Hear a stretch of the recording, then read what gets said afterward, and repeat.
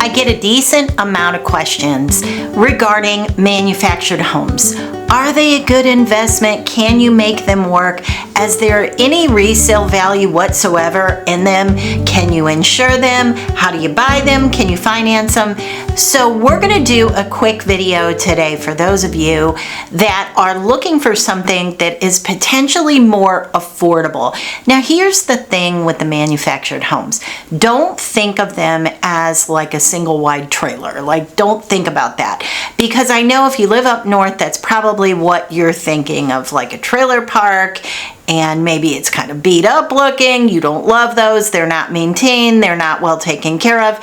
That is not what I'm talking about. It definitely is different in Florida. I mean, look at it this way. What's her name? Barbara Corcoran. You know who that is, the big real estate guru.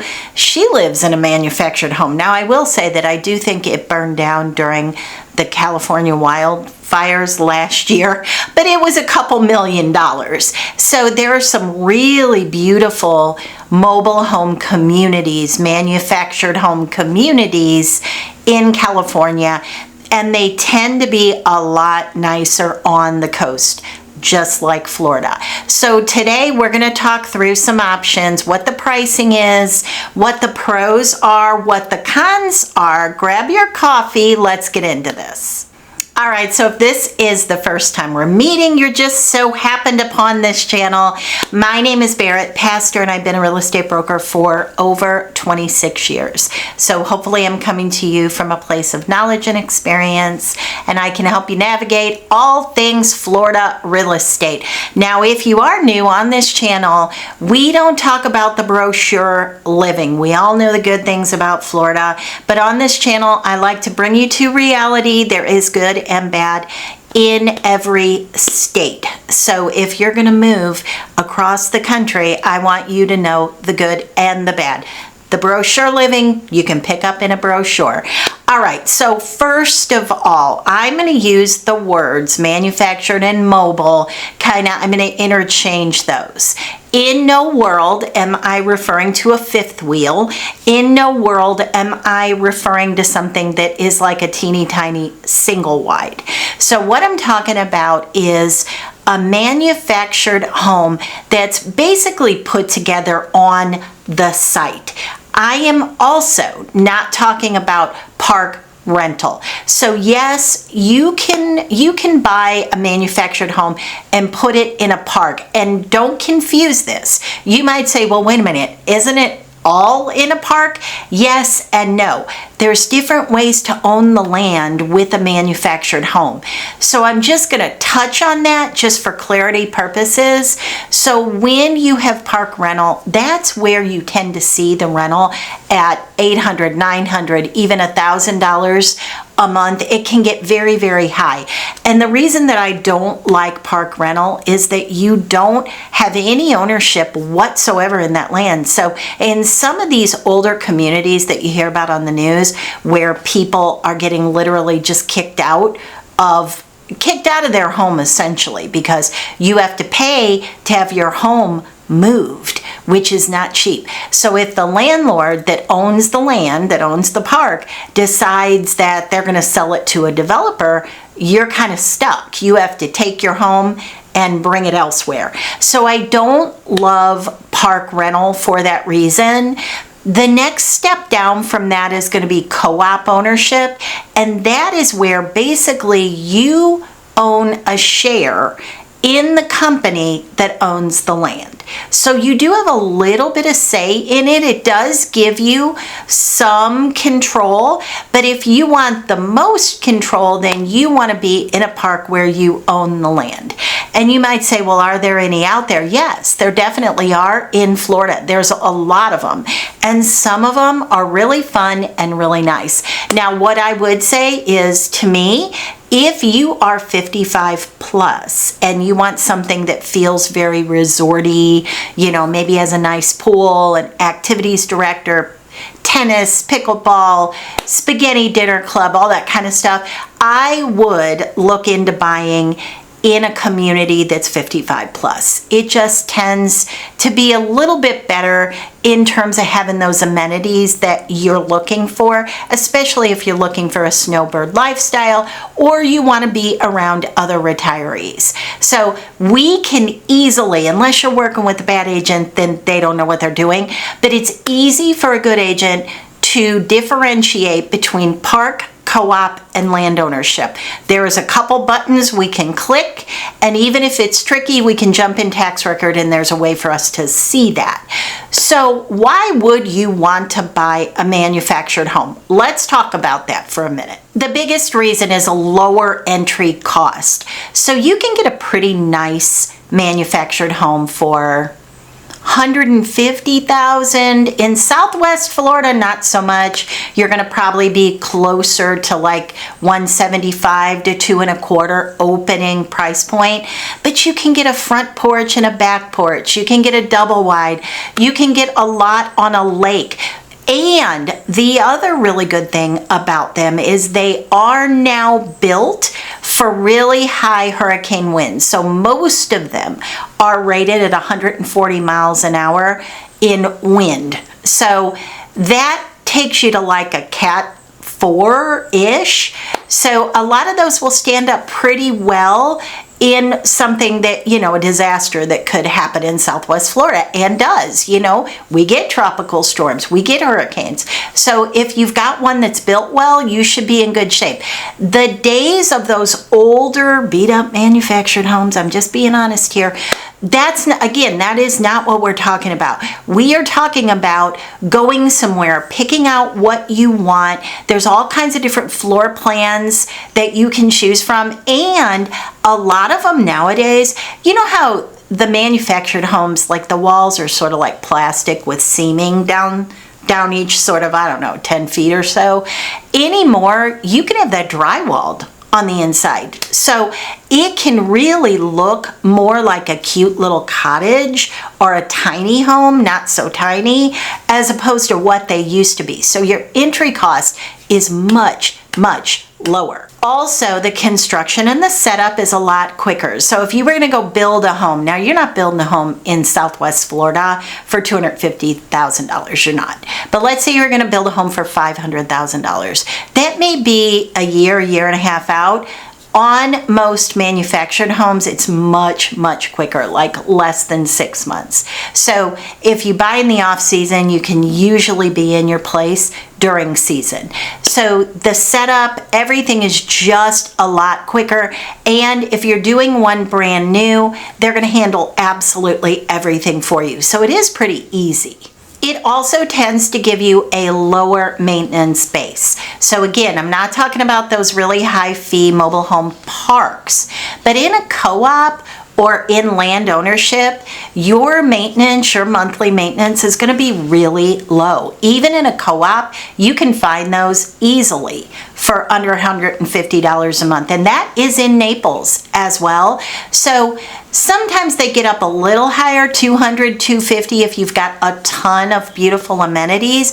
But generally speaking, that monthly hold is pretty low. And people love that, especially if you are a snowbird, because when you're not there, you sort of feel like I'm wasting this money. So that's a really good thing. And also, if you don't mind that close living, some people really, really like that because you get to know your neighbors and your neighbors get to know you. So if they know that Bill and Susan always show up from Michigan from January to March, and come the second week of January, there is Steve and Doreen that are in the property, trust me when I tell you, somebody's going to question that, because people will know each other. Everybody gets to know the neighbors. It's very common to see people riding bikes, people that are 65, 75 years old, riding bikes, walking together, card clubs. There tends to be a lot to do in those communities because pretty much everybody is there to have a good time, retired snowbird lifestyle. And one last thing on pros, I will say that generally speaking, your taxes are going to be lower. Now, you might say, what about insurance? Let's get into the cons. Insurance can be hard to get, but If you buy one that is newer, it's much easier. The older ones are near impossible to get insurance, but if you buy one that's newer, whether that's resale or you put it in yourself, there are a lot of really good, I have seen so many good buys in really cute 55 plus communities in Southwest Florida. I'm talking about Venice, all over Venice, Northport, Fort Myers, Naples, they're everywhere. Some of them are gated, very, very well maintained, nice communities. And they offer newer manufactured homes. So if you buy one in terms of resale, a lot of times you're getting people that are maybe 80, 85 years old, they're ready to go, and they're gonna give you a really good buy on that manufactured home. So as long as it's newer, like think 2015 plus, and yes, you can get them insured if they're older than that, but if you're at that break point of around 2015, you can get a pretty decent rate. It's not gonna be cheap. I'm not going to tell you it's going to be cheap, but you can get a decent rate. And what I would suggest is pick and choose what you want to insure, because you might say, okay, let's say I lose the roof or I lose a bunch of shingles on the roof. If I have to put a roof on, what is my worst outlay if I pay for that myself? And let's say the answer is $7,000. You might say, I'm fine with that. I'll take my chances. I won't insure the roof. So there's things you can do to kind of pick and choose how you want to insure, and I would strongly suggest that you do that. Just don't go in a floodplain. You don't want to be in a floodplain with a manufactured home. All right, again, we're in the cons. Depreciation and resale issues, that's a real thing. There are as many people who are open to the idea of a really nice, cute, cottage-like 55 plus manufactured home. There are people that just have a stigma. They just have a mindset against it. They're not doing it under any circumstance. Now listen, I admit that I have had folks that are really budget challenged, like let's say they're around 225. And I beg them, I say, look, just give me one afternoon and let me show you a few manufactured homes that I think could work for you. I will tell you that 4 out of 5 times that happens in that kind of budget, people will say, you know what, I had no idea. I did not know it was this nice and this appealing. So I would say that if you're on the fence, it's at least worth a visit with your real estate agent. A good agent will know these communities, because some of us, you know, even though I sell in the multi-million-dollar range of homes, listen, I also sell the $150,000 manufactured homes. Why? Because I want my clients to be happy. And whether that lifestyle is in a cute little pedal pushers club spaghetti dinner type of living versus a multi-million-dollar home on Lido Key, listen, people are people. I want everybody happy. So a good agent is going to know, they're going to run the gamut of that. They're going to know what can work, because that's the key to it. If somebody can't give you options because they don't know what's available, that's when you hit a problem. So I would just say that if you're like, I don't want a condo, I don't want to pay those fees, I don't want to deal with fees that go up higher, consider a manufactured home, because it might be what you're looking for. The other con with a manufactured home is that if you don't treat them like a house and update, then you're going to have something like a house that's completely outdated and nobody wants, especially condos. We see it all the time with condos where somebody has jammed it with double-used wicker furniture and it's stuff that like loaded with flamingos all over the outside. People don't want that. People want something that feels modern and well taken care of. The manufactured homes that sell well in resale are always the ones where people treated them like a home, updated them when they could update them, made sure they were well maintained, made sure that the outside was well maintained. Most of those communities, they cut your little patch of grass, but you have a lot of say on what you do with your landscaping. You can set up a beautiful little porch. So don't think, well, it's just a manufactured home that I paid $150,000 for. It's going to depreciate, so I'm not going to maintain it. That is crazy. And then the last thing I would say in terms of a con could be that you do, if you buy near the water, near big water that could flood, like flood zone AE, first of all, I'm saying don't do it. But if you ignore me and you do it anyway, make sure that you think about the extra cost of building up on stilts out of a floodplain, because you're not going to be able to put that on a floodplain.